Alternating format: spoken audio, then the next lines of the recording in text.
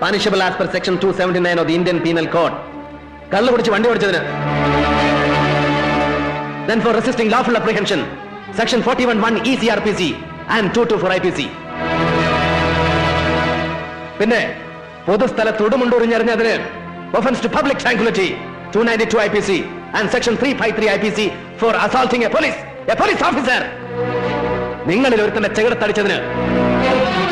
പിന്നെ ആ പത്ര റിപ്പോർട്ടിലെ സൂചനകളുടെ പേരിൽ വേണ്ടി വന്നാൽ ഇന്ത്യൻ എവിഡൻസ് ആക്ടിലെ റെലവന്റ് വകുപ്പുകളും. എന്താ എന്റെ നിയമപരമായ ഔദ്യോഗിക അധികാരങ്ങൾ ലംഘിച്ച് ഇവനെ ഇവിടെ നിന്ന് രക്ഷിച്ചുകൊണ്ടുപോകാൻ ചങ്കൂറ്റമുണ്ടോ തനിക്ക്? Then come on, do it.